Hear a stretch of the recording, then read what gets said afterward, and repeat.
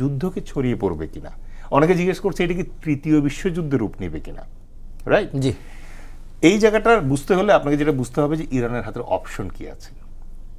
ঠিক আছে, আপনি দেখেন আমেরিকা তো প্রকারান্তে একটা বেহায়া মানে জাতি, তারা ভিয়েতনামে গিয়েছিল, পরাজয় বরণ করে ফিরে এসছে। তারা আফগানিস্তানে গিয়েছিল, লেজ গুটিয়ে ওখান থেকে পালিয়ে গিয়েছে। ইরাকটাকে তারা ধ্বংস করে ফেললো কি বলে, যে বায়োকেমিক্যাল উইপেন আছে। পরে আবার নাকে খত দিয়ে স্বীকার করলো যে ওরকম কিছু ছিল না, বানোয়াট গল্প ছিল। এই ধরনের বানোয়াট গল্প বলে বলে তারা রেজিম চেঞ্জ করায়, এবং এই জায়গায় ইরানের ক্ষেত্রে তারা এটা করানোর চেষ্টা করছে। এখন সমস্যাটা কোথায়, ইরানের হাতে অপশন যেটা আছে এটা খুব লিমিটেড। প্রথম যে জিনিস হচ্ছে, ওই যে আমি যেটা বললাম, একজন তলোয়ার দিয়ে যুদ্ধ করতেছে আর একজন তীর নিয়ে যুদ্ধ করতেছে।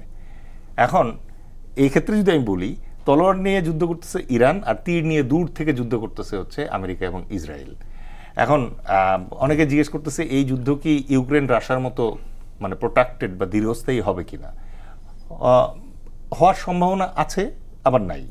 কারণ আপনি যদি যুদ্ধের পয়েন্ট অফ ভিউ থেকে বলেন, তাহলে একদিনে হচ্ছে তো একটা বিষয়, সেখানে তো ইউক্রেন রাশিয়া তো দুইটা বর্ডার পাশাপাশি। এটাই বলতে চাচ্ছিলাম আমি, যে এখানে আমেরিকার সাথে অথবা ইসরায়েলের সাথে কারোর সাথেই ইরানের বর্ডার নাই।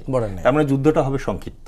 এর আগের যুদ্ধটা যেরকম 10-12 দিনে শেষ হয়ে গেছিল, এবারের যুদ্ধটাও আপনি আশা করতে পারেন যেরকম 10-12 দিন পরে ওই ইউএসএ তার স্বঘোষিত একটা বিজয় উদযাপন করা শুরু করবে।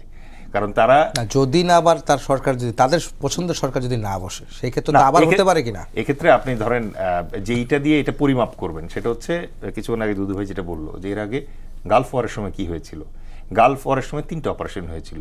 অপারেশন ডেজার্ট শিল্ড, যেটার মাধ্যমে প্রথমে সৌদি আরবে বহুজাতিক বাহিনী অবস্থান নিয়েছিল, তারপরে ছিল অপারেশন ডেজার্ট স্যাবের। ঠিক আছে, তার আগে যেটা হয়েছিল অপারেশন ডেজার্ট স্টর্ম।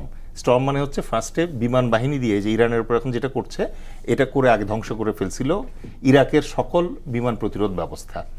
ভুল করে একটা বোমা একটা স্কুলের উপরে পড়াতে 200 জন মানুষ মারা যখন গেল, তখন আন্তর্জাতিক চাপের কারণে তারা ডেজার্ট স্টর্ম বন্ধ করে দিল। বন্ধ করে দিয়ে তারা স্কার্ড হান্টে টার্ন নিল, এবং এরপরে তারা ফাইনাল যে অপারেশনটা করলো জেনারেল শোয়ার্টস্কফের মাধ্যমে, সেটা হচ্ছে অপারেশন ডেজার্ট স্যাবের, মানে হচ্ছে কুয়েত পুনর্দখল। এই ক্ষেত্রে আপনি ইরানের যুদ্ধের ক্ষেত্রে যে ডিফারেন্সটা দেখতে পাবেন সেটা হচ্ছে যে এখানে কিন্তু ওই বহুজাতিক বাহিনীর মতো করে কোনো বাহিনী বসানো হয় নাই। তার মানে boots are not on the ground.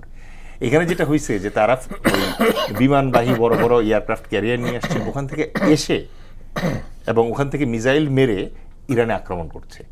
এবং ইরানও এর প্রতিক্রিয়াতে যেটা করছে, কয়েকটা বিমান ঘাঁটিতে বিভিন্ন দেশে অলরেডি কয়েকটা বিমান ঘাঁটিতে তারা হামলা করেছে। এবং এই জায়গায় আরেকটা মজার ব্যাপার, যেটা আন্তর্জাতিক যারা দর্শক আছে তারা এটা জানেন, সেটা হচ্ছে যে আপনি চিন্তা করেন যে সৌদি আরবে আমেরিকান ক্যান্টনমেন্ট আছে, ইরাকে আমেরিকান ক্যান্টনমেন্ট আছে, জর্ডানে আমেরিকান ক্যান্টনমেন্ট আছে, বাহরাইনে আমেরিকান ক্যান্টনমেন্ট আছে, কাতারে আমেরিকান ক্যান্টনমেন্ট আছে, কুয়েতে আমেরিকান ক্যান্টনমেন্ট আছে, ইউএইতে আমেরিকান ক্যান্টনমেন্ট আছে। এক ইরানের জন্য এতগুলো ক্যান্টনমেন্ট ওখানে আছে। এবং আপনি যদি পুরো যোগ দেন তাহলে প্রায় 8,000-9,000 মতো ইউএস ফোর্স ওখানে ডিপ্লয়েড আছে। যদিও ইরানের আক্রমণের কারণে তাদের বড় একটা রাডার স্টেশন ধ্বংস হয়ে গেছে, আর এখন তো আরও একটু শক্তি বৃদ্ধি করছে। বাট তারপরেও এই শক্তি বৃদ্ধি করার পরেও আমার ব্যক্তিগত মতামত যেটা, সেটা হচ্ছে যে এই যুদ্ধটা আরও হয়তো 10-12 দিন চলবে। যেই সকল শর্ত আমেরিকা চাপিয়ে দিয়েছে ইরানের উপরে, এগুলো আসলে একটা মানার মতো শর্ত না। তো ইরান যেটা করবে, তার যে প্রক্সি আছে, হেজবুল্লাহ আছে, হুতিজ আছে ইয়েমেনের, গাজায় হামাস আছে, তাদের মাধ্যমে আবারও ওই প্রেশার ক্রিয়েট করতে থাকবে ইসরায়েলের উপরে। আর ইসরায়েলি লবি যেটা আছে ইউএসএতে, এইটাকে তুষ্ট করার জন্যই তো আমেরিকা বারবার এসে ইসরায়েলের সাথে মিলে এই ইরানের উপর বোমা বর্ষণ করে যায়। তো এই পরিণতি আরও কিছুদিন চলতে থাকবে।